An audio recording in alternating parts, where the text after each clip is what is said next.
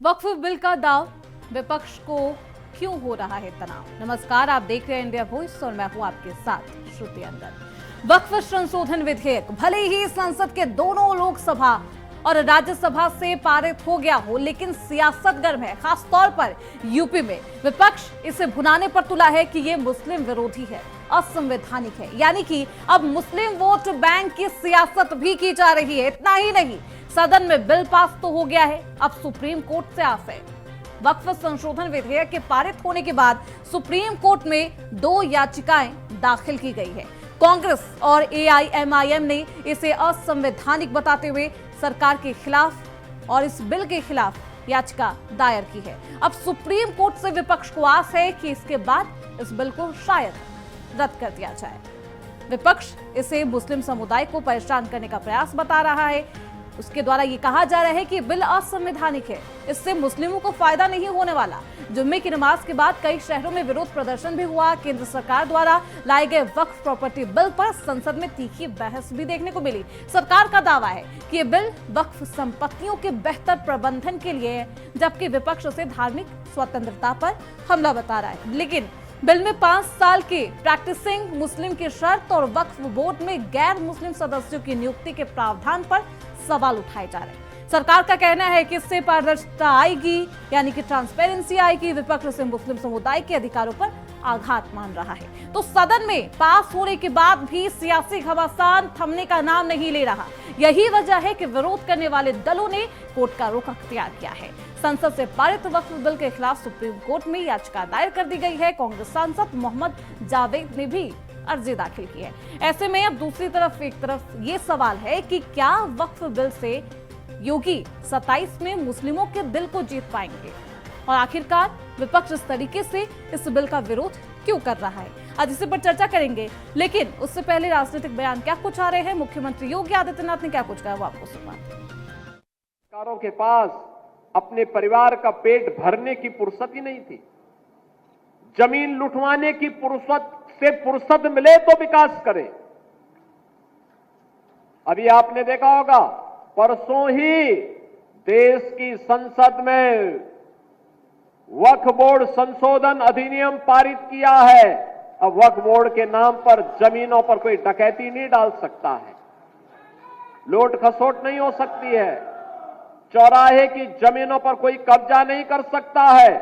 अब सार्वजनिक संपत्ति जो भी होगी, जो राजस्व की भूमि होगी, उसका उपयोग विद्यालय बनाने में, चिकित्सालय बनाने में, कॉलेज बनाने में, मेडिकल कॉलेज बनाने में, ऐसे बैराज बनाने में, गरीबों के लिए आवास बनाने में ही उसका उपयोग होगा। किसी बोर्ड के नाम पर लूट खसोट हमेशा के लिए लगाम लगाने का काम किया है। वक्फ बोर्ड संशोधन अधिनियम पारित होने के कारण अब ये मनमानेपन पर लगाम लगेगी। मैं इसके लिए प्रधानमंत्री मोदी जी का, गृह मंत्री अमित शाह जी का हृदय से आभार व्यक्त करता हूं, क्योंकि उत्तर प्रदेश में भी लाखों एकड़ लैंड वक्फ बोर्ड के नाम पर नाजायज तरीके से कब्जा करने का काम हुआ था। इसमें किसी गरीब का कल्याण नहीं हो रहा था, चंद लोगों के लिए लूट का एक माध्यम बन गया था। इस लूट पर अब लगाम लगेगी। तो सदन में पास हो जाता है, लेकिन अब विपक्ष कोर्ट के सहारे है। ठीक है, हमारे साथ हमारे खास मेहमान जुड़ चुके हैं, परिचय करवा देती हूँ। चर्चा की शुरुआत करते हैं। श्याम सलूनी है, नेता है भारतीय जनता पार्टी के। पूजा मिश्रा है, प्रवक्ता है समाजवादी पार्टी की। सुंदरम पाठक है, नेता है कांग्रेस पार्टी के। बहुत स्वागत है आप सभी का। सबसे पहले मैं श्याम सलूनी जी आपके पास ही आऊंगी। कौन कर रहा था ये लूट, किसने लूटपाट मचा रखी थी? नमस्कार श्रुति जी। सबसे पहले आज आजादी के एक नायक, जिन्होंने आजादी की लड़ाई लड़ी, और हम आदरणीय बाबू जगजीवन राम जी की आज जन्म जयंती है। मैं शुभकामनाएं देता हूं और पूरे राष्ट्र को शुभकामनाएं बधाई देता हूं। बाबू जी बहुत संघर्ष किया था देश के लिए और देश के प्रधानमंत्री भी बने थे। अब देखिए श्रुति जी, विरोध कौन कर रहा है और इसकी परेशानी किसको है। वक्फ बिल पर जिनको ये लग रहा है कि मुसलमानों का अहित हो रहा है, हम्म। वो एक दिखावा कर रहे हैं। क्योंकि अब अहित उन्हीं लोगों का होगा जो विरोध कर रहे हैं, चाहे वो AIM के ओवैसी हों, वो तो कांग्रेस पार्टी असंवैधानिक के बता लोग रहे हों या हैं। समाजवादी पार्टी के लोग हों।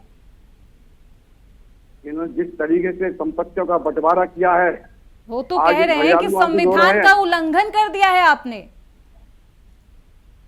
अगर किसी का हक दिलाना, हम्म। किसी को उसकी संपत्ति को दिलाना, ये अगर ये संविधान का उल्लंघन मानते हैं तो ये उल्लंघन भारतीय जनता पार्टी करती है। क्योंकि संविधान में ऐसा कोई अनुच्छेद नहीं है जिसमें ये लिखा हो कि आप किसी का अधिकार छीने और कोई आपके अधिकार की लड़ाई न लड़े। भारतीय जनता पार्टी उस लड़ाई को लड़ती रहेगी जिस अधिकारों को इन उद्योगपतियों ने और इन भूमाफियाओं ने छीन लिया था। ये कहते हैं कि प्रधानमंत्री जी की नीयत साफ नहीं थी। श्रुति जी, यदि प्रधानमंत्री जी की नीयत में खोट होता तो प्रधानमंत्री आवास योजना के अंतर्गत लगभग 86 लाख मकान जो आवंटित हुए बिना भेदभाव के केवल मुस्लिमों को, लगभग 14 लाख मकान आवंटित किए गए कि उन मुसलमान को दिए गए जिनको वक्फ की जमीन से उनको अधिकार मिलना चाहिए। लेकिन प्रधानमंत्री जी की नीयत में खोट नहीं था। प्रधानमंत्री जी की किसी भी योजना में कोई मतभेद, कोई धर्मभेद नहीं है। और यही कारण है कि आज मुसलमानों ने, मैं फिर रिपीट कर रहा हूं कि मुसलमानों ने इसका विरोध नहीं किया है। अब विरोध देखिए, आप एक ताज्जुब की बात श्रुति जी, जब भूमि का बंटवारा कर रहे हैं, जमीन खींच रहे हैं, तो ये शिया की है, ये सुन्नी की है, वहां कोई बंटवारा नहीं है, कोई लड़ाई नहीं है। शिया ने कहा ये मेरी हो गई तो सुन्नी ने कोई अपराध विरोध नहीं किया, सुन्नी ने छीन लिया, अपने करा लिए, तो शिया इसमें कोई विरोध नहीं कर रहे हैं। लेकिन जब बात आएगी कि मुसलमान की लड़ना, तो हम शिया सुन्नी एक होकर के मुसलमान की बात करते हैं। उन्होंने मुसलमानों को भड़काया है। एक पसमानदा को भी अगर जमीन दियो, अपनी कमेटी में गठित किया हो तो नाम बता लें। एक पसमानदा को क्या हो, एक गरीब को क्या हो, जुलाई को क्या हो, किसी दर्जी को क्या हो, किसी बढ़ई को क्या हो। केवल अपने एक विशेष जाति के लोगों ने अपना इसको जागीर समझ लिया। अब भारतीय जनता पार्टी ने वो छीन ली, स्टेशन होकर के सुप्रीम कोर्ट जा रहे हैं। लेकिन मुस्लिम बचेंगे नहीं। तो कानून का रास्ता अपना रहे, क्या दिक्कत है आपको इसमें? नहीं, अपनाना चाहिए। अपना जो वो पक्ष में नहीं है बल्कि, तो वो कानून का रास्ता अपना रहे। पूजा मिश्रा जी, असंवैधानिक कैसे? ठीक है, अब आऊंगी श्याम जी। आयरनी देखिए कि जो है कह रहे हैं कि जो है अधिकारों का हनन करेगा, भाजपा उसके अगेंस्ट में खड़ी रहेगी। सबसे ज्यादा अधिकारों का हनन करने वाला वो कह रहा है कि भाजपा जो है अधिकारों को जो हनन करेगा उसके साथ में खड़ी रहेगी। सुप्रीम कोर्ट के ऑर्डर्स को दरकिनार कर देते हैं, ये एक बार नहीं, न जाने कितनी बार कर देते हैं। किन किन अधिकारों का हनन कर लिया है भारतीय जनता पार्टी ने? तो संयम रखिए, हम बता देंगे आपको। बिना तथ्य, आप इतने सालों से डिबेट कर रही है मेरे साथ में, आपको बताओ हम बिना तथ्य के बात नहीं करते, अभी अपने अधिकारों की बात। ठीक है, तो आप बताइए, तर्क दीजिए। बिल्कुल, जब जो है आप जेपीसी का फॉर्मेशन होता है, उसमें जेपीसी के जो मेंबर्स होते हैं उनके ऑब्जेक्शन को आप जो है रिपोर्ट में शामिल नहीं करते, ये अधिकारों का हनन ही है। मैं कहती हूँ अगर 10:1 का भी रेशियो रहता है तो भी आपको वो जो है, वो यहाँ तो ज्यादा था तो भी आपको जो 1 रेशियो है ना, उसका भी ऑब्जेक्शन उस रिपोर्ट में डालना होता है। आप नहीं डाला, वो हम नहीं कह रहे हैं, जो जेपीसी के मेंबर्स थे वो कह रहे हैं। एक तरफ भाजपा ये क्लेम कर रही थी उनके अधिकारों का हनन, एक तरफ भाजपा ये क्लेम कर रही थी कि हम जो है all India Muslim personal law board के लोगों से बात किए हुए हैं, उनके सजेशन को इनकॉर्पोरेट किए हुए हैं, और वो विरोध कर रहे हैं, नहीं हमारी बात नहीं सुनी गई हुई है। तो क्या इनकी पहले से बात सुनी गई हुई है? और ये मुस्लिम को कह रहे कि हम भला करना चाहते हैं, जिनको 543 सीट में एक प्रत्याशी नहीं मिलता है लड़ाने के लिए कि एक रिप्रेजेंटेशन दे दें, इनको मंत्रिमंडल में एक मंत्री नहीं मिलता है देने के लिए, और ये कह रहे कि हम बड़ा भला सोच रहे हैं। अरे हिंदुओं का ही भला कर रही होते हैं। ठीक है, आपकी आवाज कट रही है पूजा मिश्रा जी, दोबारा आपके पास आऊंगी। सुंदरम जी हमारे साथ मौजूद है, कांग्रेस पार्टी के नेता है। कांग्रेस ने ना समर्थन किया, ना ही विरोध में बोलते हुए राहुल गांधी खासतौर पर नजर नहीं आए सदन में। अब सवाल यह है, क्योंकि अब तो याचिका दायर कर दी गई है, असंवैधानिक करार कर दिया गया है, क्या कुछ वजह है ये बताइए।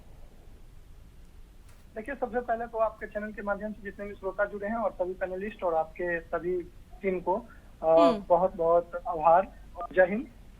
देखिए, सबसे बड़ी बात है ये जो वक्फ बोर्ड जो आ रहा है, इसमें इसकी जो हकीकत है, जो भाजपा रियल में जो है वो नहीं, जो गलत है उसको प्रचारित कर रही है, जो सही आखिर जो चीजें हैं उसको बाहर नहीं ला रही है। हम आज भी, कल के डिबेट में भी हम भाजपा के प्रवक्ता से एक सवाल पूछे थे, लेकिन वो जवाब नहीं दिए थे। आज फिर मैं भाजपा के प्रवक्ता से एक वही प्रश्न पूछूंगा, जो ये जो चेयर, लेकिन अब पहले ये बताइए, ठीक है, आप उनसे सवाल पूछिएगा, कल भी आपने पूछा था, अब पहले आप सवालों का जवाब दीजिए सुंदरम जी, फिर सवाल पूछ लीजिएगा, मैं सीधे उनके पास जाऊंगी। सवाल यही है कि असंवैधानिक कैसे, आपको क्या लग रहा है असंवैधानिक? हाँ, देखिए, जिस तरीके से भारतीय जनता पार्टी ये कह रही है, हाँ। जो सबसे पहले तो हम आ रहे हैं शुरुआती दौर से कि भारतीय जनता पार्टी इसको बता रही है कि झूठ तरीके से भारतीय जनता पार्टी कह रही थी जो इसमें आप अगर वक्फ बोर्ड की जो जमीन है जिसपे वक्फ बोर्ड हाथ रख देता है वो जमीन उसका हो जाता है। आप इसका विरोध कहीं नहीं कर सकते। जो सबसे ज्यादा सदन में भी इस मुद्दा को लेके चले हैं, तो आज जो कोर्ट में केस चल रही है वो किस हिसाब से है। तो ये जो झूठ जो फैला रहे हैं उसमें हम एक सच बात जो फैक्ट है वो बता रहे हैं कि वक्फ बोर्ड का जो एक्ट है, वक्फ एक्ट 1995 की धारा 83 के 9 के तहत आप किसी भी अदालत में आपको अगर जमीन में दिक्कत है तो आप किसी भी प्रॉपर्टी पे आप अपना हक रख सकते हैं और सदन में जा सकते हैं। दूसरी बात, अगर जिस तरीके से भारतीय जनता पार्टी कह रही है कि हम उसमें 2 महिलाओं को रखेंगे, तो इससे पहले भी तो वो 2 महिला नहीं 2 से अधिक महिला थी, आप 2 पर सीमित कर दिए। हम 2 से अधिक महिलाओं की बात कर रहे हैं, लेकिन अब ये अनिवार्य हो जाएगा, जैसे गैर समुदाय को रखना ये अनिवार्य हो जाएगा। सारी अच्छी चीजें, असंवैधानिक कैसे है ये बताइए ना आप कैसे कह दिए कि ये अच्छी चीज हो जाएगी अगर दूसरे कास्ट के लोग आ जाएंगे? कांग्रेस के नेता जब याचिका दायर करते हैं सुंदरम, जब सवाल समझिए, वो कहते हैं कि संविधान का उल्लंघन है, सभी विपक्षी पार्टियां यही कह रही है, तो संविधान का उल्लंघन कैसे, क्या नियम बनाए गए हैं जो संविधान के विरुद्ध है, ये बता दीजिए। जवाब आप लीजिए। देखिए, जिस तरीके से माता वैष्णो देवी ट्रस्ट है, अगर उसमें हम किसी मुस्लिम व्यक्ति को रखते हैं, ठीक, हम जो सनातनी है उसमें तो खैर जिलाधिकारी ओवरऑल देखते हैं, जिलाधिकारी तो देखते ही है ना, डीएम तो डीएम हिंदू भी हो सकता है सुंदरम जी, और मुस्लिम भी हो सकता है। हाँ, मुस्लिम जी उसमें नहीं आते हैं। अगर आपको एक बात बता दें, अगर माता वैष्णो देवी ट्रस्ट में अगर किसी मुस्लिम को हम बना देंगे तो हम समझेंगे कि उस पैसों को कहाँ अच्छे से खर्च करना है, किस जगह पे लगाना है, या मुस्लिम लोग हमारे धर्म के बारे में अच्छे तरीके से कर 11 सदस्य होंगे, मात्र 2 गैर मुस्लिम होंगे। हर जगह ऐसा होता है, इवन मठ हो, मंदिर हो, जिलाधिकारी के कंट्रोल में होता है। जिलाधिकारी, मैं आपको एक बात बता रही हूँ, डीएम मुस्लिम भी हो सकते हैं, हिंदू भी हो सकते हैं, महिला भी हो सकती है, पुरुष भी हो सकते हैं। क्या दिक्कत है इसमें? इस संविधान का उल्लंघन हो गया। ट्रस्ट में कोई मुस्लिम नहीं आ सकता है। आप अगर उनसे बड़ा कोई अधिकारी हो जो हिंदू होंगे वो होंगे, या वो छोटा अधिकारी उनसे निचले पद पे हो वो होंगे। और दूसरी बात आपको बता दें कि भारतीय जनता पार्टी जिस तरीके से ये हल्ला कर रही है कि हम मुसलमानों के हित में कर रहे हैं, तो जो इससे पहले लोग जो इससे पहले चेयरमैन थे, वो चेयरमैन क्या मुस्लिम नहीं थे, वो मंगल ग्रह से आए थे। तो जो चेयरमैन है, और आप दूसरी तरफ कह रहे हैं कि 12,000 करोड़ आते हैं, ये आता है वो आता है, तो आप जो पैसे की बात कर रहे हैं तो आप ये स्वीकार कीजिए कि वर्तमान में जो चेयरमैन है, अब ऐसा है, देखिए सुंदरम जी समझिए, अब कानून क्या कहेगा, आपके पास दस्तावेज होने चाहिए। आपको कोई भी प्रॉपर्टी दान की गई है, चाहे मंदिर ट्रस्ट को ही क्यों नहीं की गई हो, उनके पास दस्तावेज होते हैं। दस्तावेज दिखाने में क्या परेशानी है? आप ऐसे ही तो नहीं किसी पर अपना दावा पेश करने लगेंगे ना। आप कह रहे हैं कि मंदिर ट्रस्ट में कोई सारे के सारे हिंदू होते हैं, जिलाधिकारी सबको कंट्रोल करते हैं, वक्फ बोर्ड को कंट्रोल नहीं किया जा रहा था। अरे हाँ, आऊंगी पूजा मिश्रा। देखिए, सबसे बड़ी दिक्कत आपके साथ ये है कि अगर हम भाजपा के प्रवक्ता में सवाल पूछना चाहते हैं तो आप उन्हीं को आप सवाल पूछिएगा, मैं सवाल लेकर जाऊंगी।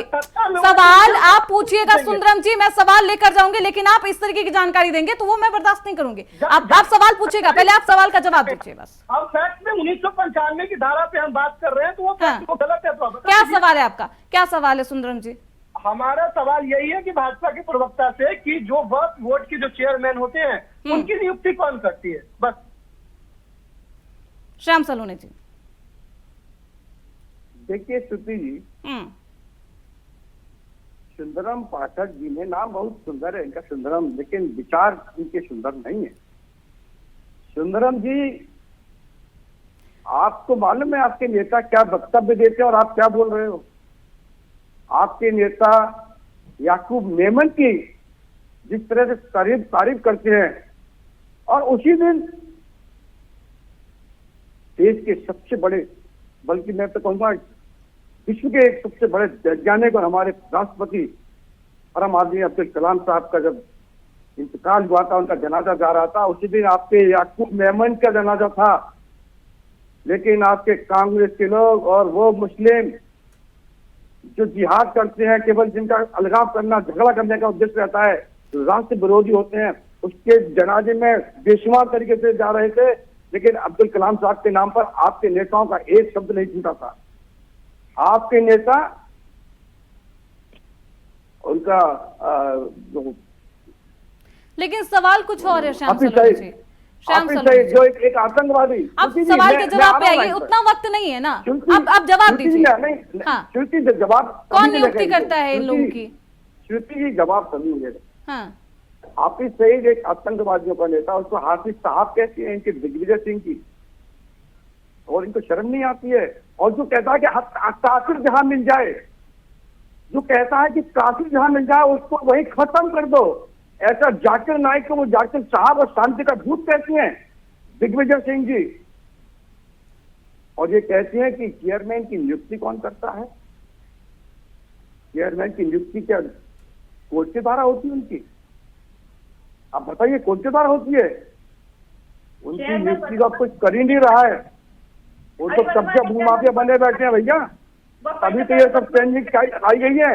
और सबसे बड़ी बात सुनती है, आपने देखा हो कोई देश के अंदर, और मैं देख रहा हूँ, मैं चैनल के माध्यम से देख रहा हूँ, पूरा देश की मुस्लिम वर्ग, आम मुस्लिम वर्ग जहाँ खुशियां मना रहा है, खुश है, ठीक है सुंदरम जी। वही भूमाफिया मुसलमान और कांग्रेस के कार्यकर्ता, सपा के कार्यकर्ता सब रुष्ट हैं। तो ये सुंदरम जी, दिखाई दे रहा है हाँ ठीक है। कि आप कितने आप हितैषी हैं उन लोगों के। अब भाजपा के प्रवक्ता हमारा थोड़ी सी बड़ाई कर दिए थे कि आखिर हम, मेरा नाम भी सुंदर है और हम सुंदर भी है, तो हमारा भी कर्तव्य है कि उनका हम बड़ाई कर दें। जो नहीं, नाम अच्छा है, नाम क्या तारीफ कर रहे हैं भैया आपकी? अरे सुनिए सुनिए, हम हर चीज में सुंदर है, वैसे कोई बात नहीं, आपके हिसाब से हम खराब होंगे वो अलग बात। लेकिन जिस तरीके से आपसे हम प्रश्न पूछे हैं, बहुत उम्मीद थी कि आप सत्ताधारी हैं और आपसे प्रश्न पूछेंगे तो आप जवाब हमें संतोषजनक देंगे, लेकिन वो मिला नहीं हमें। दूसरी बात, आपको हम बता दें कि इसकी नियुक्ति राज्य सरकार करती है। तो अभी तकरीबन 10 से 11 साल में बात तो समझ नहीं रहे हो, आप बात तो घुमा रहे हो। सुन लीजिए। नहीं, नियुक्ति राज्य सरकार करती है, नियुक्ति का अधिकार क्या है? आप उसकी गहनता में जाइए ना, आपसे अगर हम बात सुंदरम जी, आप उसके अंदर जाइए ना। नियुक्ति करने का मतलब क्या है? आप जब जमीन पर कब्जा करते हो, कोई भी जिसकी जमीन पर कब्जा होगा वो व्यक्ति आपको कोर्ट में नहीं जा सकता है। आप उसके गहराई में जाइए ना, आपका कानून क्या है? आपका आप कानून को पढ़ेंगे कि नहीं कि नियुक्ति राज्य सरकार ने कर दी? नियुक्ति करना एक अलग विषय है, नियुक्ति भी आप केवल मुस्लिम की करेंगे। आप नियुक्ति में भी आप पसमंदा का नहीं कर सकते हो, आप नियुक्ति कर किसकी सकते हो? आप पूरा डिटेल जाइए ना उसमें, आप सुन लीजिए, सुनिए तब आप सच बोलिए ना, सुनिए। आप अभी बोले कि कोर्ट में हम नहीं जा सकते हैं, मुद्दा पे हम है। आप सच्चाई में आएंगे तब तो बात चलेगी। आपकी नियुक्ति हो गई, नियुक्ति भी आप ही लोगों की होगी। जवाब आपके पास जवाब नहीं, आप हमसे जवाब ले लीजिए। सुन लीजिए, आपके पास जवाब है ही नहीं। 1995 आपका जवाब होता तो 70 साल से आप इसका शोषण नहीं कर रहे होते। सुनिए ना महोदय, 70 साल से शोषण नहीं होता। ठीक है श्याम सलोनी जी, संशोधन नहीं होता। सलोनी जी, जवाब होता तो हर भाजपा के प्रवक्ता का यही बीमारी है। ठीक है, जब मुद्दा पे बात कीजिएगा तो आपको ले जाएंगे, लैंप लिफाफा घुमाएंगे। ठीक है, जब आपसे जहाँ बात सुंदरम जी अपनी बात रखिए, अब अपनी बात रखिए, उतना वक्त नहीं। हाँ। ये झूठा प्रचार फैला रहे हैं कि आप किसी भी तरीके से जो संपत्ति वो फॉर्म नहीं रख देता है, आप उस पर क्लेम नहीं कर सकते। हम कल से लेकर आज तक 10 बार इस बात को डिबेट में रख दिए होंगे कि वक्त एक्ट 1995 की धारा 83 के 9 के तहत आपका जिस जमीन पे आपका दिक्कत है, आप उसको ले जाकर कोर्ट में रख सकते हैं। लेकिन ये हल्ला कर रहे हैं कि आप कहीं दावा नहीं कर सकते हैं। दूसरी बात, अगर आपकी 11 साल से सबसे ज्यादा सरकार है तो आप ये एक्सेप्ट कीजिए कि भाजपा के लोग और जो चेयरमैन है वक्फ बोर्ड के, वो पैसा का गबन कर रहे हैं। आप एक्सेप्ट कीजिए, दोनों तरफ में से कोई एक बात को एक्सेप्ट आपको करना होगा। नहीं तो आप अगर एक बात बताइए, ऐसा आप कौन सा बिल लाते हैं जो किसान को लेके आते हैं, कहते हैं पकड़ पकड़ के आपको हम किसान को आय दुगनी कर देंगे, किसान आपका विरोध करता है।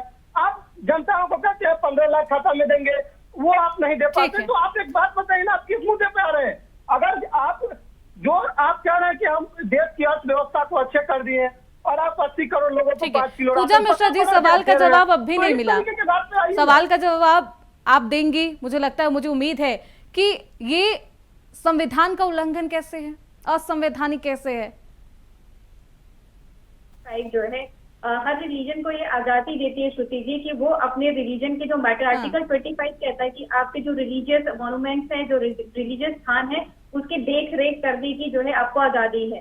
और आर्टिकल 26 कहता है कि आप जो रिलीजन मान रहे हैं आप उसको प्रैक्टिस कर सकते हैं, उसको प्रोपागेट भी कर सकते हैं। तो आर्टिकल 25 का यहाँ पे उल्लंघन हो रहा है। मैंने शुरुआत में ही बोला कि जब जेपीसी की रिपोर्ट आती है, जेपीसी की रिपोर्ट से जो ऑब्जेक्शन है उनको बाहर किया जाता है, वो वहीं पे जो है हमारे संविधान का उल्लंघन वहीं से शुरू हो जाता है। जब बिल लाया जाता है और दूसरे जो पक्ष को नहीं सुना जाता है, वो वहीं पे संविधान के अगेंस्ट हो जाता है। और इससे पहले पूछा था कि डीएम जैसे इन्वॉल्व होते हैं, कलेक्टर इन्वॉल्व होते हैं, तो यहाँ पे भी अगर कहीं पे किसी भी जमीन वक्फ बोर्ड की है तो वहाँ के डीएम ने उनको ये सब क्या होगा, वेरीफाई किया होगा कि ये डॉक्यूमेंट वेरीफाई किया जाता है कि वक्फ बोर्ड की जमीन है, तभी वो वक्फ बोर्ड के पास जाएगा। वरना संबल डीएम मना नहीं कर पाती कि ये जो है डॉक्यूमेंट सही नहीं है, उसके बाद हम जाते हैं कोर्ट जा सकते हैं। मैं आपको बताती हूँ बहुत सारे ऐसे मामले हैं, अभी हम ज्यादा नहीं जाते हुए इमाम बाड़ा का जो मामला है 2016 में गैजेट नोटिफिकेशन वक्फ बोर्ड ने जारी किया था। उसके बाद में जो है ट्रिब्यूनल फॉर्म होता है, ट्रिब्यूनल फॉर्म होने के बाद में वो वक्फ बोर्ड हो जाता है कि इन जो पूरे इमाम बाड़ा है वो वक्फ बोर्ड का है, लेकिन इसको चैलेंज किया जाता है बम्बई हाई कोर्ट में। और बम्बई हाई कोर्ट में इस साल मार्च में वो जो ट्रिब्यूनल का जो रिजल्ट था, जो ट्रिब्यूनल का जजमेंट था, उसको पलट दिया कि नहीं, ये वक्फ बोर्ड की संपत्ति नहीं है। तो ये पहले से था, बेगम वक्फ के तहत जो है पहले भी महिलाएं चलिए ठीक है, अब आप कह रही है कि पहले से था, अब भी वही रहेगा, फिर दिक्कत क्या? नहीं, अभी दिक्कत ये है आप चाह रहे हैं अब आपको दस्तावेज दिखाने होंगे तो परेशानी है, अब इसमें डायरेक्ट कंट्रोल जिलाधिकारी का होगा तो परेशानी है। परेशानी कहाँ है? परेशानी तो बता रही हूँ मैं। पहली बार तो जेपीसी की रिपोर्ट वहीं से गड़बड़ चालू होगी ना, जब तक आप जो है ऑब्जेक्शन वगैरह सबको इन्वॉल्व नहीं करते हो, वो जेपीसी की रिपोर्ट पूरी नहीं मानी जाएगी। उसके बाद में आप जो है रखरखाव में जो कि मुस्लिम के समुदाय का है, उसमें आप हिंदू का इन्वॉल्वमेंट चाहते हो। जो राम मंदिर की कमेटी बनी है उसमें 3 IAS हैं और 3 IAS हिंदू ही होने पड़ेंगे, वो मुस्लिम में हो सकते हैं। और आप कह रहे 4, आपने कहा ना 2, 4, एक आप चाह रहे हो कि जो है वक्फ बोर्ड में रहेंगे, दूसरा वक्फ परिषद होता नहीं, सारे बोर्ड को मिला करके जो अथॉरिटीज देखती है वो 2 उसमें रहेंगे, नॉन मुस्लिम। 4 टोटल जो बात कर रहे हैं। उसके बाद में आप जो है अगर वक्फ बोर्ड की बात कर रहे हैं कि यहाँ पे अथॉरिटीज को दिया जा रहा है कि जो पहले ट्रिब्यूनल में जाते थे केस करने की, अब जो डिस्प्यूट होगा वो अथॉरिटी सॉल्व करेगी। कौन अथॉरिटी? जो कहते हैं कि छत पे नमाज मत पढ़ेंगे, अगर आप सड़क पे नमाज पढ़ेंगे तो हम जो है आपका पासपोर्ट और जो है लाइसेंस कैंसिल कर देंगे। जो अथॉरिटी जो है गुलाम बन चुकी हुई है सरकार की, ऐसे अथॉरिटीज के पास में जाएगी। और उसके बाद आ जाते हैं कि जिस तरीके से 110 जो अमेंडमेंट किए गए हैं, बात आने वाली होगी कि 2013 जब ये वक्फ बिल आया था तो राज्यसभा और लोकसभा दोनों में भाजपा ने समर्थन किया था। और अभी भी जो वक्फ परिषद के जो अध्यक्ष या चेयरपर्सन कह लीजिए, वो जो है आपके अल्पसंख्यक मामलों के मंत्री हैं, नकवी जी ही है। और अगर आप जांच करना चाहते हो कहीं पे गलत हो, तो जहां जहां जब संपत्ति आप दिखा रहे हैं कि गलत हुआ है, वहां के डीएम की भी श्याम सलोनी जी, ये आप प्रशासन को अथॉरिटी तो दे देते हैं, लेकिन कहा यह जा रहा है कि वो तो सरकार की जो कहेगी सरकार वही करेगा प्रशासन, तो इससे परेशानी है। इन्होंने सरकार चलाई, सबसे ज्यादा कांग्रेस ने चलाई और प्रदेश में समाजवादी पार्टी ने चलाई। इसका मतलब ये सरकार गलत चलाती थी क्या? इनको सरकार पर विश्वास नहीं था? ये सरकार को दोष कैसे दे सकते हैं? ये इस बात का सबूत है कि इन्होंने जो सरकार चलाई उस सरकार में बेईमानियां हुई, इन्होंने मिसयूज किया सरकारी मशीनरियों का, इसलिए इनको लगता है कि ये सरकार भी इसी तरीके कार्य कर रही है, क्योंकि ये सरकार भारतीय जनता पार्टी सरकार बिल्कुल भिन्न है। यहाँ पर देखिए पूजा जी आपने एक सवाल किया था जेपीसी का। पूजा जी का एक सवाल था श्रुति जी, जेपीसी जब गठित की गई, जब जेपीसी में आपके सदस्य थे, उनके साथ में गठबंधन हुआ, उनके साथ में वार्तालाप हुई, लेकिन वो राजी नहीं है, क्योंकि वो जितने भी लोग हैं वो इसमें शामिल हैं।